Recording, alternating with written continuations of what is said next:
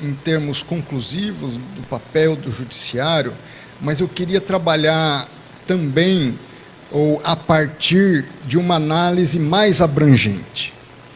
Porque quando nós falamos de segurança jurídica, normalmente estamos diante de um conceito jurídico indeterminado. O que é segurança jurídica? O que é interesse público? O que é moralidade? São conceitos que você precisa trazer da abstração para a realidade e aplicá-los. Senão é uma questão teórica. Então, primeiro, que eu não queria fazer uma abordagem simplesmente teórica. Segundo, que eu não queria fazer uma abordagem simplesmente jurídica. Não só porque talvez os enfadaria, mas também porque penso traria uma visão míope, não completa, em relação a um conceito que é amplo e em relação a um problema que é complexo e também amplo, que é o da insegurança jurídica. Então eu queria sair do lugar comum, desfocar um pouco dessa realidade primeira e abrir o leque de reflexão para tentarmos entender as causas da insegurança jurídica, onde nós estamos em relação a essa insegurança jurídica e o que nós precisamos fazer para trazer segurança jurídica, e nesse contexto onde se insere o judiciário para ser um elemento de garantia, acima de tudo, dessa segurança jurídica. Dentro dessa perspectiva, a temática do evento, e isso eu tirei do evento, tem um objetivo: a melhoria do ambiente dos negócios. Isso está no site do CEBIC. A partir de 3 pilares: modernização normativa, desburocratização e previsibilidade jurídica. Isso eu extraí do site do CEBIC. É o tema do evento. E estão lá vocês olhando para o futuro, com muita esperança, mas também sabendo da realidade, da dificuldade de fazer a construção de um país. Vocês fazem um país. Vocês dão concretude, no melhor sentido da expressão, a esse país. Então, eu preciso reconhecer que o dia a dia desse país é construído pelos senhores. E, desde essa perspectiva, os órgãos públicos, os poderes públicos, seja ele judiciário, legislativo ou executivo, eles precisam compreender que os senhores não são inimigos do Estado, adversários do Estado.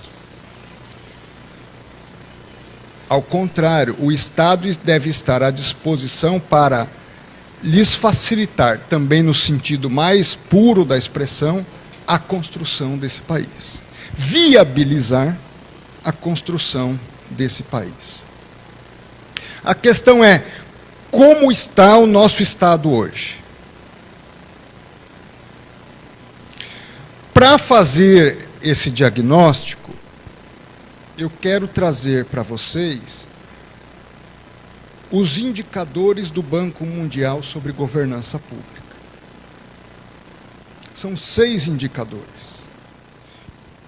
Indicador de controle da corrupção, indicador de efetividade das políticas públicas, indicador de qualidade da regulação, indicador da estabilidade política ou da instabilidade que a violência e a insegurança pública geram na democracia, indicador rule of law, mas de cumprimento pelas pessoas, pelas autoridades públicas, pelos agentes privados, da lei, dos contratos, das normas, das decisões das autoridades administrativas ou judiciais, e indicador de voice accountability, que é liberdade de imprensa, controle social, transparência pública. O Banco Mundial faz essa análise desde 1996, com um pouco mais de 200 países. As notas vão de 0 a 100. Nós temos um histórico, desde 96, que os primeiros colocados são os países nórdicos, com exceção da Nova Zelândia, que se insere também nesse rol de primeiro grupo, mas Dinamarca, Suécia, Finlândia, Noruega. Num segundo grupo, países da Europa, da União Europeia e Estados Unidos. E aí nós temos tantos outros países, logicamente, dentre eles o Brasil, mas às vezes nós nos questionamos, a América Latina não tem jeito, ou a América Latina não tem bons exemplos, ou não teve bons exemplos. Nós temos 2 bons exemplos, Chile e Uruguai, indicadores de governança. Peguei o Chile a título de comparação, porque se assemelha mais, ou é mais próximo ou menos distante do que a realidade brasileira. Do que o Uruguai, que é um país bastante pequeno, e um país muito próximo a nós, que não tem o pior indicador da América Latina, mas tem um dos piores indicadores da América Latina, e é muito próximo culturalmente a nós, geograficamente, que é o Paraguai. Então, vamos ver rapidamente como está o Brasil em relação a esses países, nesses indicadores. Controle da corrupção. Vejam lá a Dinamarca, 100. Chile e Estados Unidos, ao longo dos anos, praticamente entre 8 e 9. Brasil decresceu em relação a 96. O Paraguai, que estava lá com 10, vem aqui para 20. O fato é o seguinte, primeiro que o Brasil ainda não passa na média. Segundo fato, registrar para vocês, de 2011 a 2017, de 2011 a 2017, entre os 200 e tantos países avaliados, o Brasil foi o que teve o maior retrocesso entre todos.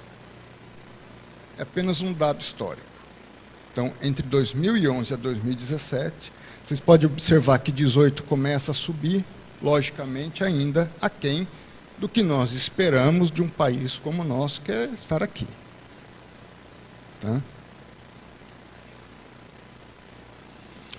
Efetividade das políticas públicas, do governo, de todas as áreas. Vejam lá, Chile, Dinamarca, Estados Unidos. Vejam o Brasil. Chego quase a empatar aqui com o Paraguai. Isso é desperdício de recurso público. Isso nem é corrupção, é desperdício. A cada 100 reais que você investe, quanto é desperdiçado? Problema sério. Logicamente, há um desperdício também na iniciativa privada. Nós não somos, mesmo na iniciativa privada, tão eficientes, certamente, como outros países, salvo questões setorizadas. Acho que a construção civil é uma exceção, mas ainda assim necessita de avanços tecnológicos, nem tanto talvez tecnológicos, eu diria mais de recursos humanos. Cumprimento das leis dos contratos. Vejam novamente. Veja, até aqui o Brasil não passou de 5. 43, 36, 48. Qualidade da regulação. O Paraguai chegou a passar o Brasil em regulação. Quem viu o nascimento das agências reguladoras no final do século passado e se recorda, as agências serão, entendo eu, que boa parte da segurança jurídica advém de uma atitude autocontida do próprio judiciário, do próprio poder judiciário, ou, em outras palavras, uma conduta não ativista.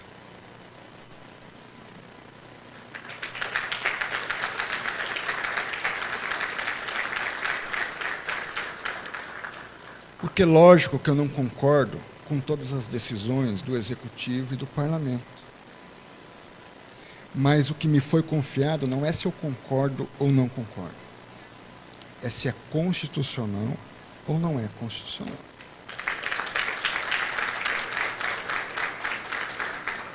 Então, eu não fui eleito para dizer qual é a melhor política. Eu fui designado para quê? Dizer se determinada política está dentro dos parâmetros da Constituição. Então, hoje, por exemplo, eu tomo decisões, ele toma decisão porque foi indicado pelo governo. Mas vai independer de governo. Tem que independer de governo. Porque, nesse sentido, eu tenho que ter uma análise não subjetiva das questões, mas objetiva das questões. Não necessariamente tudo que está na Constituição eu concordo. Tudo que está nas leis eu concordo. Todas as decisões administrativas eu concordo. Mas essa é a regra do jogo. E quando eu tento bypassar essa regra do jogo, primeiro, eu gero insegurança. Segundo, eu gero crise social. E terceiro, ainda que eu consiga um avanço além do que está previsto, os efeitos colaterais desse avanço normalmente são mais prejudiciais do que o avanço em si. Então, e aqui focando no judiciário, o judiciário tem que ser um elemento de garantia do ato jurídico perfeito, da coisa julgada e do direito adquirido. Isso traz segurança jurídica. Isso traz previsibilidade. Eu tenho que ser um elemento que se paute pela legislação posta, porque é isso que traz estabilidade no processo de tomada de decisões. Porque quando os senhores tomam decisões, é com base na lei posta. Não é no que eu acredito que deva ser a lei. E se eu lanço a regra do jogo, tomem decisões com base na lei, e depois eu mudo os critérios, eu deixo todo mundo sem chão. Eu não trago previsibilidade em relação ao passado e também gero insegurança em relação ao futuro. Vocês não conseguem mais calcular. Seja na questão tributária, seja na questão de burocracia, de contratação de empregados. Os custos estimados num determinado momento passam a ser irreais num outro momento. Então, nesse sentido, em linhas gerais, esperem o que construção civil do nosso país, do ministro André Mendonça? Busca da imparcialidade, busca do respeito às regras do jogo, decisões que considerem os impactos econômicos sociais para a sociedade,